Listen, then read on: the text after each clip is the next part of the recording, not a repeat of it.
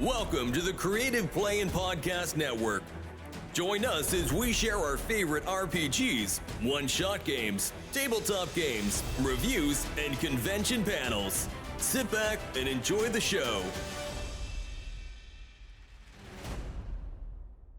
So before we start session 1, in the middle of all kinds of craziness in the plaza, let's knock out that RPGaDay 2023. As I'm totally going through my phone to find where I put RPGaDay 2023. Your favorite character. Yep, so hashtag RPGaDay is where we talk about RPGs and gaming and cool things in a positive note. See, I key on the fact that they say a positive note, unless it's the negative one. And August the 8th is your favorite character being in bold, so it can either be your favorite character or something involving character, in case the favorite character was not prompty enough for you. Anybody want to dive on the sword there, or the lightsaber in this case? Well, I am one of my favorite characters is one of my D&D characters. Her name is Lil, the Crooked Smile. She is a changeling bard.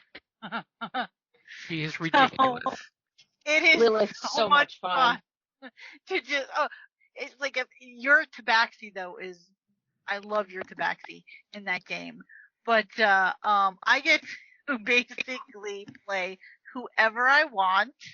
I can change. I have like six now, individual personas that have their own special, histories, backgrounds, type of thing, as well as being able to pop in, become anyone I want. I have accents and personalities for each of the personas. It's a hoot. I get to have this total split personality.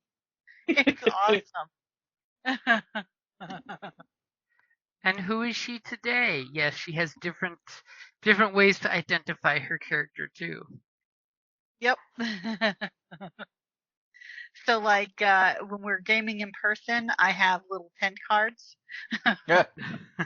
And Nice. in Roll20, I can her bio tab shows the different colors, but I put a colored dot on each of my characters. I actually do have pictures, but it's really hard to switch those out. Right.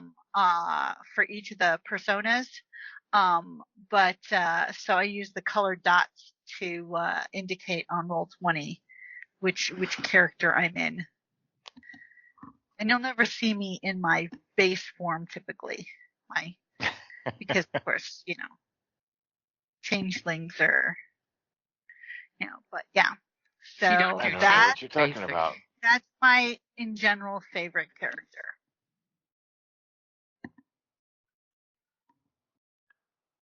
Who's next? Nice. And it is great because her character lets her have alcoholicness in D&D.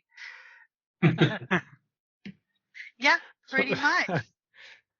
So I have one for sure, which is going to seem like a cop-out, but I kind of want to, before I go into that one, go with one that absolutely was not my favorite character, but could have possibly been. So let me start with that one, if you don't mind. Years and years ago, Jeff was running a campaign in D&D, and the way it was going to go is that he was going to meet with each of the players to roll their starting stats, and then do a little, and he's already giggling because he knows where this story's going. And then he's going to do a little short one-shot adventure that would get the character to the point where they meet the other characters and all get together. And so we sit down and I start rolling my dice, and we were doing the standard 4d6 method of, roll 4d6, re-roll any ones once, and then pick your best 3 dice. And I was on fire. Not a single roll below a 16. No, not literally. Oh, No. nice. I had a golden character until we started the one shot. Oh no. The thing is, I watched him roll. It was like, it's not like he brought it and it's like, trust me, I rolled nothing under a 16. No, I watched those rolls.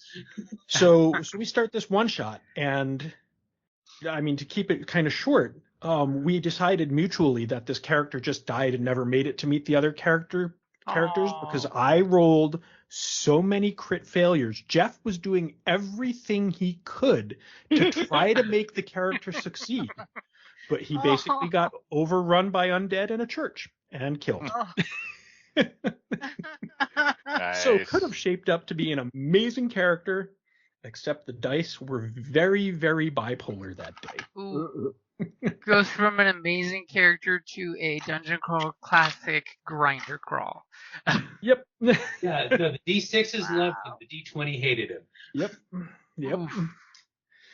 So as for my cop-out, my other favorite character has to be Grix from our previous Star Wars game. It was just so much fun for me to play. I loved playing that sharpshooter who could literally pick people off when he was completely out of their range to fire back. And I so fondly remember, like, our second session when I made a shot roll, and I rolled 3 triumphs. It was brutal.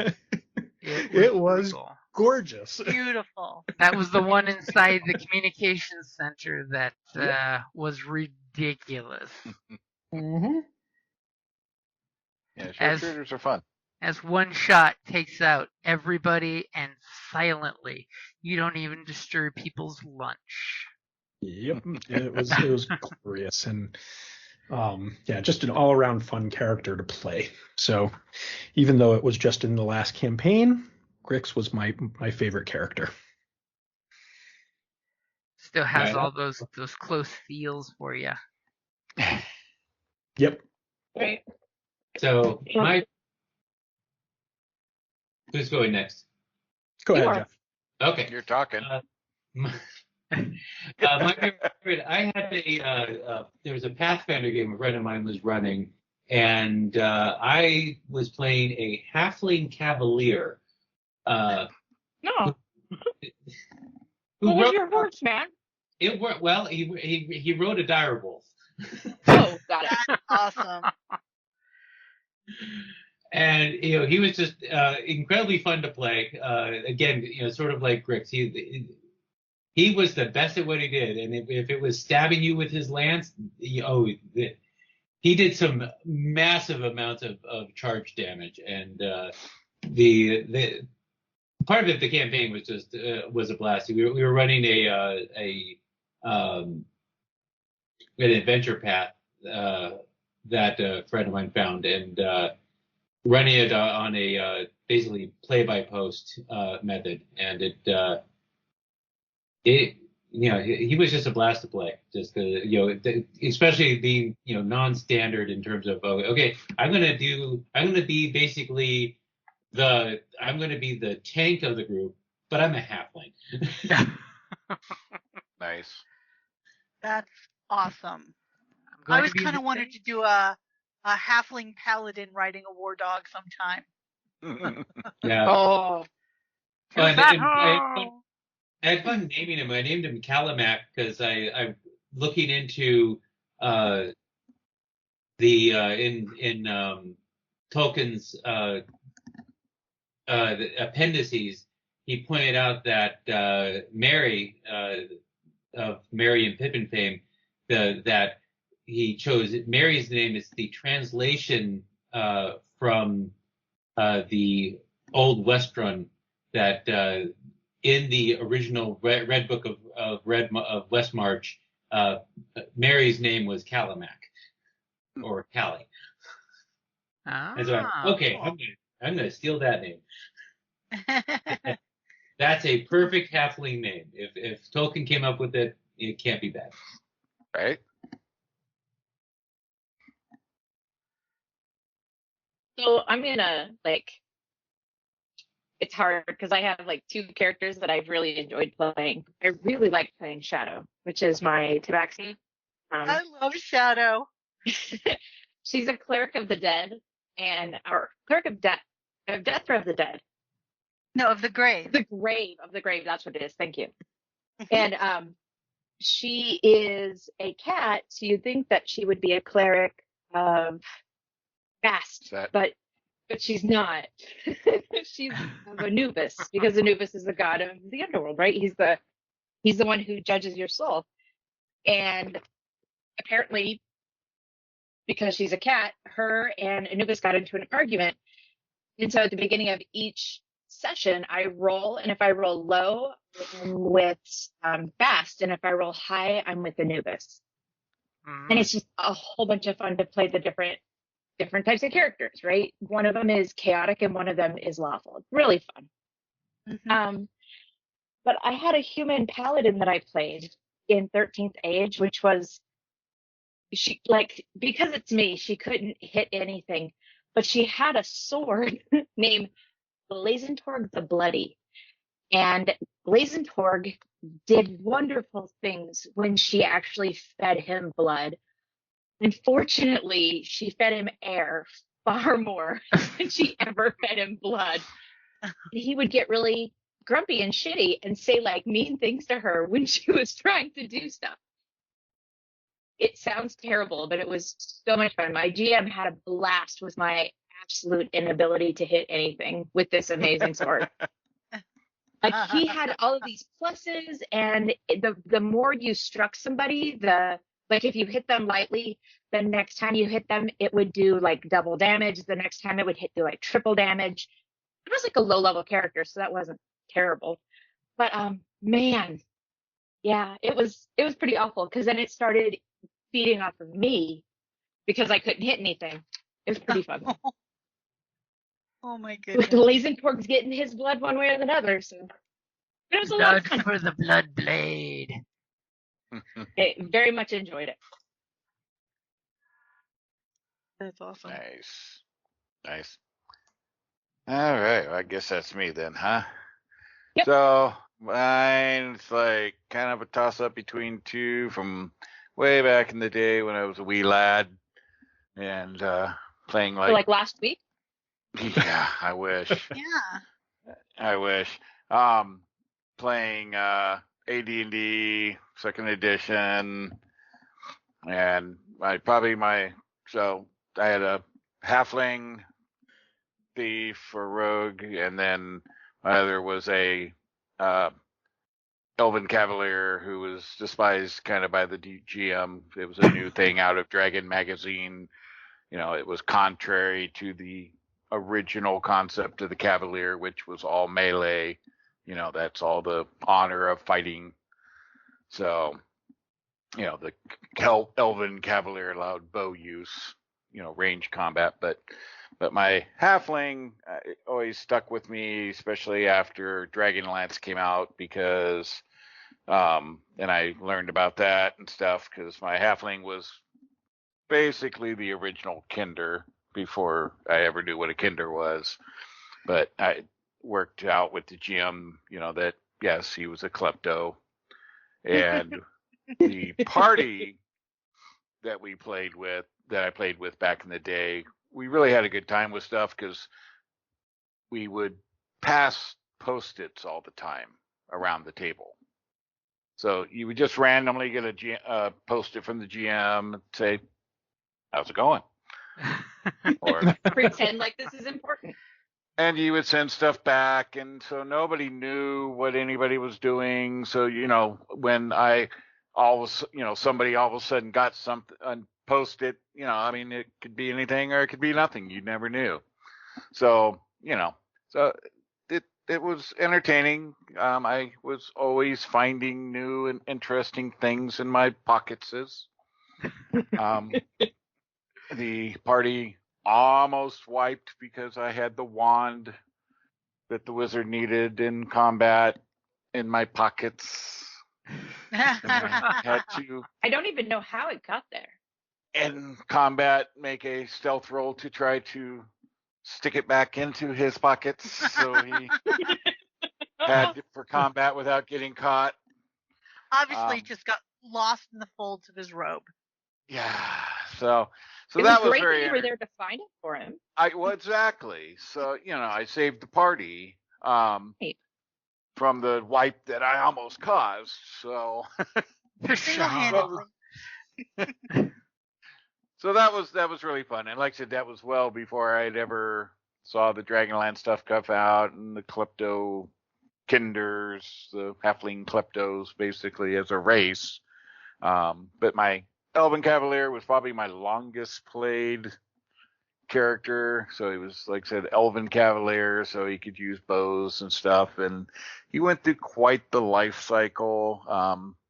We ended up in a keep of the Slod. I don't know if you're familiar with the Slod, but they're like these frog kind of humanoids, and they're different colored Slod. And they we lay were like eggs going in through, you. we were going through like barracks after barracks of Slod. It was like, holy shit, it's just a grind. And Cavalier, the Cavalier, it's like, you gotta fight with honor. You can't just go whacking people Just upside killing the people head, willy-nilly. Yeah, so one room we go in, it's like, shit. We're another barracks Slod, and he just charged in and just started whacking people. And so the next room, we're a little bit later, I get a little note. It's like, well, that wasn't very Cavalier-like. I'm like, So the next barracks we come into, I bust open the door, and I'm like, stand to and prepare to fight. And the party's looking at me like, what the hell are you doing, dude? I mean, on the plus arm side, yourselves. on the plus side, when you're fighting them, they're evil creatures, they're aberrations, and they lay eggs when they claw you. Ew. Yeah, It's more sportsmanlike. Yes, but you had to have honor. It was, even though I could use bows, I still had to. So, and then he became an elven vampire in later evolution. Yes. Which made it even more interesting, because now we had to come up with the whole concept of what that looks like in gameplay as a player and so forth. And yeah, really made daytime adventuring very difficult. Why does the elf there have an umbrella of darkness? Yeah. So he was probably one of my finest. Like I said, one of my longest played. And then again with that same party with, the random notes and stuff. I tell you, if you ever play live and stuff, and if you haven't tried it, having post-its and everybody just kind of randomly every so often pass in notes and stuff, it's entertaining. Keeps people on their toes. You don't know what's happening, and you can do stuff where, a little Shanghai stuff, and people are paranoid, but they don't know where to be paranoid at. Shenanigans. And there's nothing that brings table paranoia than little notes, especially when the GM just, sends a note saying, "Hey, how was your week?" Or like, look "Hey, really shocked when you read this. Yeah. It's like, oh, there's a cool looking rock to the right of you. Like, oh, great, thanks. And of course, your random notes to the GM. It's like, yeah, it made it fun. A little bit of that inner voice, personal stuff happening that not everybody knew about. So when things happen, I mean, my rogue got caught multiple times with like stuff. He's like, don't know what you're talking about. It was you fell out of your pocket. That's been in my pocket the whole time. And I carried it for you all this time. You didn't even realize you had dropped it. I mean, come on. I mean, really, I was just being helpful. Yeah. He like I said, he was fun. Kept sleight of hand party and say, entertained. "Dude, that just fell out of your pocket. You might have a hole in it." Right? You dropped it a while back. Put a hole in there just so that. I may have put the hole there to catch coins when you put them in that pocket, but there might be a hole in your pocket. You just might want to check in on that sometime. Yeah, it was. I just get a note. It's like, oh, you got a wand, then your bag. Like, crap. Like, son of a bitch. Now I got to figure out a time to try to get this put back. You mean the Wand of So, Awesomeness had a use? Yeah, because like I said, I didn't even know I was stealing stuff. Oh no. Oh no, yeah, it wasn't like I was choosing most of the time. It's a sickness, kleptomania. Back when No, but usually you know when you've done it. Yeah, but I don't know. Are you a klepto? Do you know what that mental state's like? I don't know. I don't know, I work with one. Where did all That these counts. things come from? Right? There might not be a totally conscious, like, forward thought on what's happening. I That was mean, pretty fun. They would return things to my desk.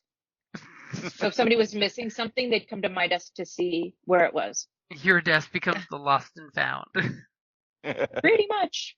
And like I would come in the morning and be like, okay, who is missing this? It's all very exciting. Yeah. You were a safe space. Apparently. Golda's like that teacher that says, I'm going to turn the lights off. And when they're back on, the item better be on the table Right. in the middle of the room, and no one will be punished for it. And the best part is I keep my word. Teachers say that, and then the little bitches aren't telling you the truth. See, that's just not cool. So for my favorite character, I'm going to have to go one that'll make Kelly groan when I say Mem Darwin. Uh-oh. One of my favorite D&D characters that made it from 2nd edition to 3rd edition to 3.5 edition. He was a jerk half-elf bard. Jerk's the operative term. Who was a little more scold than bard. He'd be more, roguish storyteller instead of singer. But he was just a fun character that always went for spells and abilities that had utility use, as opposed to the OP destruction or the way too broken to not take spells. Even though he had a lot of really good spells, because that's what you do. And And he had the devil's luck. Oh yeah, literally whenever I played that character, I could jokingly say, Mimdawa needs a natural 20 right now, and like it was a 50-50 shot that 20 was coming out or a 1 was coming out. He was a brazen, boastful bastard. That's why I totally gave him the Irish accent, and when 3.0 was out, you could multiclass. He totally went rogue, and was probably going to go assassin at one point if we ever got games into that high enough level, which we never did. But there was just something about being able to use poisons to take somebody out along with bard magic. Because, why work harder when you can work smarter? Right. Or when you can use him later on as an NPC and tell players, hey, if you want to kill that level 10 guard that you have a hard-on for, why not poison him as a low-level character and then make it easy to murder him?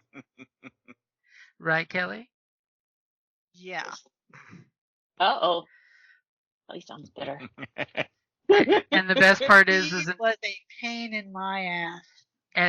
Every time Kelly's character tried to accost him, even though he's a cocky prick, she would almost always roll a natural 1 while she tried to attack him. And the thing is, he would say, "You're gonna roll a natural 1. You're gonna roll a 1," and sure enough, I would. It was his magic ability.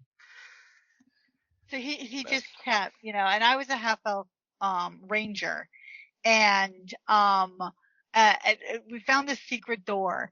So we were going through it, and he was just pissing me off. And so I rolled to strike him. And when on we were a on spiral the staircase. And I rolled, and he goes, "You're going to roll a natural 1." And sure enough, I rolled a natural 1, and I wound up falling down the entire stairs, all the way down. Yeah. Oh, no. Or what I consider the best surprise attack ever, when you come rolling out to the smuggler's, secret cave, and you fall down the stairwell and go, ha ha! Yeah. But, being an asshole kind of reminded me of another character I had a good time with, but back in the day. Had a Yeah, half-orc he was cleric. an asshole, all right. He was an asshole. Yeah. Mine wasn't an asshole. He was just a half-orc cleric with like a super low charisma, so he didn't have the social graces. I mean, the best thing with Memdalwin I liked was he had this whole Scarlet Pimpernel thing. Nice. So he could be the asshole fop, but he was actually secretly running a few rebel groups, just to screw with the monarchy. Because, hey, peasantry has to revolt. It's their job. It's practically in the job description. It is. Right? What do you mean I have to ask someone's permission to move out of the county? That's just crap. I ask somebody's permission for them to fuck off. Hey, consent is important. That's right. So I think Nice. that wraps up our RPGaDay 2023. Everybody jumped in there. Yep. No character's voice on the back of your skull says, "Talk about me, talk about me." Oh, there's lots that do that. Right? Yeah, there were quite a few more in there, but I mean, part of it is I was limiting to my favorite characters I've played. As a GM, I've got lots of favorite characters of people that have played characters that were fun, but that wasn't the prompt. It's always good when you get those because you're just like, oh, I'm in love with your character. I feel bad. I'm going to have to do bad things to them now. But they need that for character development. It builds character. Do it! Only to be fair, we must give you character development.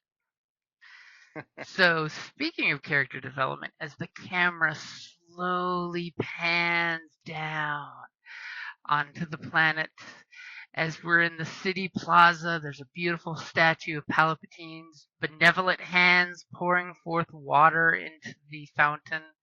Someone's totally going to blow that up eventually, I sense.